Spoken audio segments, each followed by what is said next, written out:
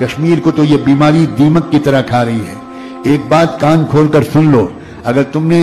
زیادہ پیسہ خرچ کر کے شاندار شادی کی اور پھر کسی غریب کی آہ لگ گئی تو یاد رکھنا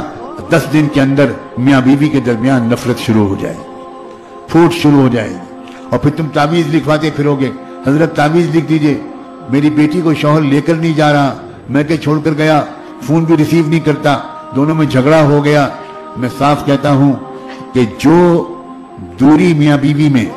کسی غریب کی آہ اور کراہ کی وجہ سے پیدا ہوئی ہے،